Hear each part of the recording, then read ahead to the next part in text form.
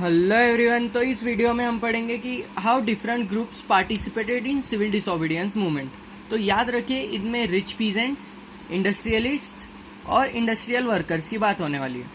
तो rich peasants मतलब अगर अमीर किसानों की बात की जाए, पीजेंट्स मतलब किसान शेतकरी जिसे हम कहते हैं, तो दो ग्रुप्स की बात हो रही थी, एक जाट्स और एक थे पाटीदार्स। तो जाट्स वो पीजेंट्स थे जो उत्तर प्रदेश के थे, रिच पीजेंट्स, और पाटीदार्स थे गुजरात के। ये बात याद रखिए। तो इन्होंने सिविल डिसोबीडियंस मूवमेंट में पार्ट क्यों लिया? So due to the depression, means economic depression, the prices of crops got reduced and peasants were not able to pay revenue and taxes. तो सिंपल चीज थी, जब ग्रेट डिप्रेशन हम जिसे कहते हैं 1929 में जब आया, तो उसका इफेक्ट जो था पूरे वर्ल्ड पे हुआ, और उससे क्या हुआ, तो prices of crops got reduced. इसका भी एक अलग रीजन है कि क्रॉप्स की जो प्राइस थी वो क्यों गिरी थी। तो सिंपली याद रखिए, वर्ल्ड वॉर के वक्त क्या हुआ था, फर्स्ट वर्ल्ड वॉर के वक्त, तो जो कंट्रीज थी, यूरोपियन कंट्रीज, उन्होंने अपनी इंडस्ट्रीज को चेंज कर दिया था, और इस कारण क्या हुआ था, तो क्रॉप्स की प्रोडक्शन यूरोपियन कंट्रीज में कम हो गई थी, और दूसरे जो रीजन्स थे, अमेरिकन रीजन्स और हम कह सकते हैं ऑस्ट्रेलियन रीजन्स, वहाँ पे जो थी प्राइसेस ऑफ हम कह सकते हैं प्रोडक्शन ऑफ क्रॉप्स बढ़ चुकी थी। बट जब वर्ल्ड वॉर खत्म हुई, उसके बाद जो यूरोपियन कंट्रीज थी उन्होंने भी प्रोडक्शन स्टार्ट कर दिया वापस से। इससे क्या हुआ, ज्यादा रीजन्स क्या हुए, तो क्रॉप्स प्रोड्यूस करने लगे, American regions, Australian regions, European regions. तो इससे क्या हुआ, एग्रीकल्चरल ओवर प्रोडक्शन, और इस कारण क्या होने लगा, तो प्राइजेस ऑफ क्रॉप्स कम होने लगी। मतलब उनकी मात्रा बढ़ने, मतलब ये ऐसा है, जब सोने का भाव कब बढ़ता है, जब सोने की अमाउंट कम होती है, मतलब सोने का प्रोडक्शन कम हो रहा है, तब उसकी प्राइस बढ़ती है, और अगर प्रोडक्शन ज्यादा होगा तो प्राइस कम होगी। उसी तरह अगर क्रॉप्स का प्रोडक्शन ज्यादा हो रहा है तो प्राइजेस कम होगी। तो उस कारण क्या हुआ, प्राइजेस कम होने के कारण पहले उनके बिक नहीं रहे थे और वो रिवेन्यू भर नहीं पा रहे थे। वो आपने लगान मूवी देखी हो तो उसमें बताया गया कि 3 गुना लगान एंड ऑल। तो ऐसी कंडीशन इंडियंस की हो चुकी थी एक्चुअली, क्योंकि लोगों के पास खाने के पैसे नहीं थे, तो रिवेन्यू भरने की तो दूर की बात है। बट ये रिच थे, फिर भी ये भी वैसी ही प्रॉब्लम फेस कर रहे थे। तो वो क्या चाहते थे कि उनका जो रिवेन्यू वगैरह है वो रिलैक्स कर दिया जाए। So they actively participated in the movement and forced reluctant members to participate in movement. तो इनका सिंपल था, इन्होंने सारे लोगों को क्या किया, तो फोर्स किया थोड़ा। मतलब ये ऐसा है, अगर आपके क्लास में कोई जो सबसे ज्यादा मतलब पॉपुलर स्टूडेंट है और ताकतवर स्टूडेंट है, अगर वो किसी चीज का अपोज कर रहा हो, प्रिंसिपल के पास उसे जाना हो, तो वो क्या करेगा, वो सारे स्टूडेंट को बोलेगा, जिन्हें नहीं भी करना है, कि चलो। जैसे कि आप जेएनयू में देख सकते हो, वो छोड़ दीजिए टॉपिक, बट ऐसा ही हुआ। तो वो क्या करते थे, जो रिलक्टेंट है, मतलब हिचकिचाहट वाले मेंबर्स थे कि यार करे या नहीं करे, उन्हें भी बोलते थे कि करो करो, फायदा होगा। But when civil disobedience movement was called off, they were disappointed. अब ये इंपॉर्टेंट है, क्योंकि सिविल नॉन कोऑपरेशन मूवमेंट में क्या हुआ था, लोगों ने पहले पार्टिसिपेट तो किया, बट नॉन कोऑपरेशन मूवमेंट खत्म होने के बाद लोगों का महात्मा गांधी पर से विश्वास उठने लगा, राइट। उसी तरह सिविल डिसोबीडियंस मूवमेंट खत्म होने के बाद क्या हुआ, तो लोगों ने उसे लोग डिसअपॉइंट हो गए। क्यों? क्योंकि उनकी डिमांड ही नहीं पूरी हुई, रिवेन्यू वगैरह रिलैक्स ही नहीं हुआ, टैक्सेस रिलैक्स ही नहीं हुए। इस कारण जब सिविल डिसोबीडियंस मूवमेंट वापस शुरू किया गया था, जो हमने ऊपर देखा था, ये देखिए, Gandhi ji relaunched it but it lost support. तो ये पिछले पार्ट में आप देख सकते हो, तो उनका वो सपोर्ट जो था वो खो चुके थे, और इस कारण क्या हुआ, तो उन्होंने वापस से पार्टिसिपेट करने को मना कर दिया। उसके बाद इंडस्ट्रियलिस्ट, ये तो हो गया रिच पीजेंट्स के बारे में, बट इंडस्ट्रियलिस्ट का भी बहुत इंपॉर्टेंट रोल था सिविल डिसोबीडियंस मूवमेंट में। बिकॉज इसको समझने के लिए कि इन्होंने पार्टिसिपेट क्यों किया, तो हमें कंडीशन समझनी पड़ेगी, सिनेरियो समझना पड़ेगा। So they earn huge profits from times of World War 1। जब फर्स्ट वर्ल्ड वॉर हुई थी या फिर शुरू हुई थी, इंडस्ट्रियलिस्ट ने बहुत प्रॉफिट कमा लिया था। याद रखिए, आप जो आज नाम सुन रहे हो, टाटा एंड ऑल, वो वर्ल्ड वॉर 1 के खातिर ही सरवाइव कर पाए थे। क्यों?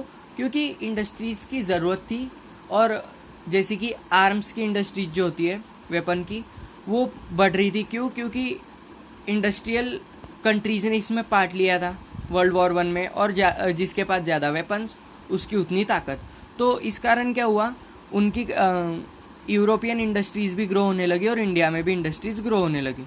इस कारण क्या हुआ, तो इन्होंने ह्यूज प्रॉफिट्स अर्न कर लिए थे due to the increasing demand of crops as well as the demand of arms और weapons. But they wanted to earn more, so oppose the colonial laws. But जब ग्रेट डिप्रेशन आया तो उनकी जो earning थी वो कम हो गई, उनका जो प्रॉफिट था वो कम हो गया। तो इस कारण उन्होंने कॉलोनियल लॉज को अपोज करना शुरू किया। क्यों? क्योंकि देखिए, इंडस्ट्रियलिस्ट अमीर होते हैं, ये तो आपको पता है। फैक्ट्री के मालिक, इंडस्ट्रीज के मालिक, ये छोटी बात नहीं होती। तो वो चाहते थे कि और प्रॉफिट कमा सके, इसलिए उन्होंने कॉलोनियल लॉज को अपोज किया। और उनकी डिमांड क्या थी? Protection against the import of foreign goods. ये इम्पोर्टेंट है क्योंकि एक फॉरेन एक्सचेंज अर्निंग के बारे में भी दिया गया है, रुपी स्टर्लिंग के बारे में। वो इम्पोर्टेंट नहीं है, बट ये इम्पोर्टेंट है। यही पॉइंट याद रखिए कि जो गुड्स इम्पोर्ट किए जाते थे उनसे उन्हें प्रोटेक्शन चाहिए था।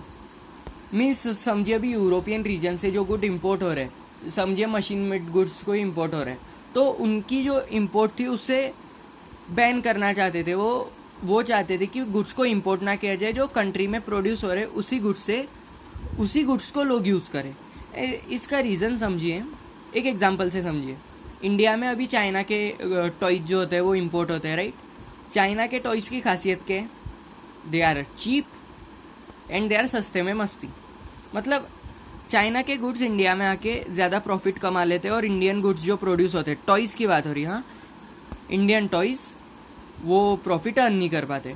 उसी तरह इंडिया में यूरोपियन जो ब्रिटेन के जो थे गुड्स वो इम्पोर्ट होते थे, तो ब्रिटेन की इंडस्ट्री तो प्रॉफिट अर्न कर लेती थी, बट इंडियन इंडस्ट्रीज़ का प्रॉफिट कम होता था। उसी कारण क्या हुआ, तो वो चाहते थे कि इम्पोर्ट्स को ख़त्म किया जाए। तो उन्होंने क्या किया, तो दो हम कह सकते ग्रुप्स फॉर्म किए। I2C2 1920 में और FICCI इन 1927। तो I2C2 क्या होता है, तो इंडियन इंडस्ट्रियल कमर्शियल कांग्रेस, मतलब I2C2, ये मैंने शॉर्ट फॉर्म इसलिए लिखा ताकि आप याद रख सके, जो 1920 में बनी थी। और FICCI, federation of Indian chamber of commerce and industries. तो ये ग्रुप्स क्यों बने थे, तो समझिए, ताकि ये डिमांड्स पूरी हो सके। और याद रखिए, इनके लीडर जो थे वो थे पुरुषोत्तम दास ठाकुरदास, ये एक ही नाम है, पुरुषोत्तम दास ठाकुरदास, और GD बिरला, ये इसके लीडर्स थे, और ये भी लीडिंग इंडस्ट्रियलिस्ट थे, ये बात याद रखिए। और एक इम्पॉर्टेंट चीज़ ये थी कि इंडस्ट्रियलिस्ट का रोल जो था कांग्रेस के लिए भी इम्पॉर्टेंट था, क्योंकि कांग्रेस जो भी मूवमेंट्स शुरू करते थे, या फिर कांग्रेस को जो फाइनेंशियल सपोर्ट लगता था वो इंडस्ट्रियलिस्ट देते थे। मतलब जो पैसे से रिलेटेड आर्थिक जो सपोर्ट था वो इंडस्ट्रियलिस्ट द्वारा दिया जाता था। और उन्होंने सिविल डिसोबीडियंस मूवमेंट में पार्ट कैसे लिया? So they refuse to do business with imported goods. तो सिंपल चीज़ है, सिविल डिसोबीडियंस मूवमेंट में गुड्स का इम्पोर्ट और कॉलोनियल लॉज, ये वगैरह जो चीज़ें थी, इनको अपोज किया जाता था, राइट। तो उन्होंने भी वही किया, जो फॉरेन गुड्स जो इंपोर्ट किए जाते थे उनके साथ बिजनेस करना, और फॉरेन मर्चेंट जो थे उनके साथ बिजनेस करना उन्होंने रोक दिया। उन्होंने बोला कि हमारे देश के हित के लिए हम आपके साथ बिजनेस नहीं कर सकते। और इसके साथ क्या हुआ, तो उनका भी फ़ायदा हुआ। बट जब मूवमेंट कॉल ऑफ हुआ, मतलब सिविल डिसोबीडियंस मूवमेंट जब ख़त्म हुआ, so they were not enthusiastic at all. मतलब जब पहली बार कॉल ऑफ किया गया था, कब? जब वो 1 लाख लोगों को अरेस्ट किया गया था और गांधी एरविन पैक्ट में वो गए थे, तब से वो इंथुजियास्टिक नहीं थे।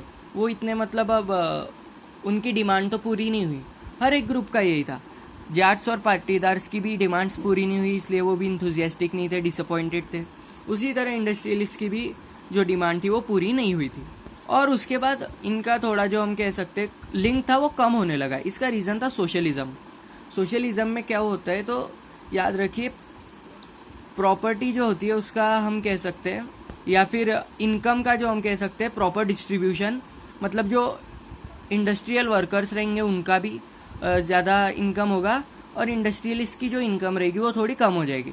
इस कारण भी क्या, इंथुजियास्टिक तो पहले ही नहीं थे, और सोशलिज्म के कारण भी उन्होंने इस मूवमेंट से थोड़ा दूर रहना शुरू किया। तो इंडस्ट्रियलिस्ट के बारे में भी हो गया। बट इसके बाद इंडस्ट्रियल वर्कर्स तो इंडस्ट्रियल वर्कर्स की कंडीशन देखिए, lack of the large scale participation. देखिए ऐसा था कि इंडस्ट्रियल वर्कर्स जो थे उन्होंने ज़्यादा लार्ज स्केल में पार्टिसिपेट नहीं किया था। किसमें? तो इस मूवमेंट में, सिविल डिसोबीडियंस मूवमेंट में। इसका रीज़न था industrialist were close to Congress. देखिए ये ऐसा है, अगर आप किसी स्कूल में हो, मतलब आप अभी स्कूल के स्टूडेंट हो और आपको किसी टीचर की कंप्लेन करनी है प्रिंसिपल के पास, बट अगर जिस टीचर की आपको कंप्लेंट करनी है वो प्रिंसिपल के ज़्यादा क्लोज हुआ, दोस्त हुआ बहुत अच्छा, तो आप कंप्लेंट करने नहीं जाओगे। इसका रीज़न क्या है? क्योंकि प्रिंसिपल सीधे उस टीचर को बता देगा कि ऐसा ऐसा बोल रहा था और फिर वो आपको पे लेगा।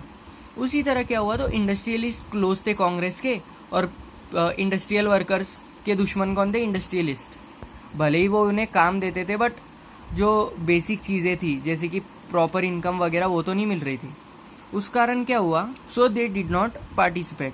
और प्रॉब्लम्स क्या थी? So low wages and poor working conditions. देखिए एक छोटे और बड़े का सवाल, एक हम कह सकते हैं बुक लिखी गई है या फिर एक नॉवेल टाइप लिखा गया है, राइटिंग है, तो वो आप पढ़िए कभी। उसमें दिया गया है कि कंडीशंस क्या थी वर्कर्स की, वो एक चीज़। बट नागपुर में जो था वो पार्टिसिपेशन था किनका? तो इंडस्ट्रियल वर्कर्स का। Means the industrial workers in Nagpur enthusiastically participated in civil disobedience movement. और उन्होंने भी बॉयकॉट वगैरह जो कैंपेन्स थे उनमें पार्टिसिपेट किया था। और दो चीज़ें याद रखिए, ये वन वर्ड के लिए पूछा जाता है। रेलवे वर्कर्स ने स्ट्राइक किया था 1930 में और डॉक वर्कर्स ने 1932 में। ये वन वर्ड के लिए पूछा जाएगा तो इसमें इतना कुछ देखने का नहीं है। बट और एक बात याद रखिए, सिविल डिसोबीडियंस मूवमेंट में हमने दो स्टेजेस देखी। पहली थी सॉल्ट सत्याग्रह, ये पिछले पार्ट्स में, हाँ ये इस पार्ट का नहीं है, बट याद रखिए और एक स्टेज थी। पहली सॉल्ट सत्याग्रह, दूसरा tribals entered in reserve forest for firewood and fruits, और तीसरी थी कि liquor shops were picketed and foreign goods were boycotted. ये बात भी याद रखिए। मतलब जो नॉन कॉपरेशन मूवमेंट में हुआ था वैसा ही, मतलब जो दारू की दुकानें थी उनके बाहर लोग खड़े हो जाते थे ताकि लोग एंटर ना कर सके उसमें, समझ रहे हो, और फॉरेन गुड्स को अवॉइड किया जाता था। तो यही था how different social groups saw the civil disobedience movement. तो आज के लिए बस इतना ही। I hope you love the video. Keep watching, keep liking, keep subscribing. Thank you.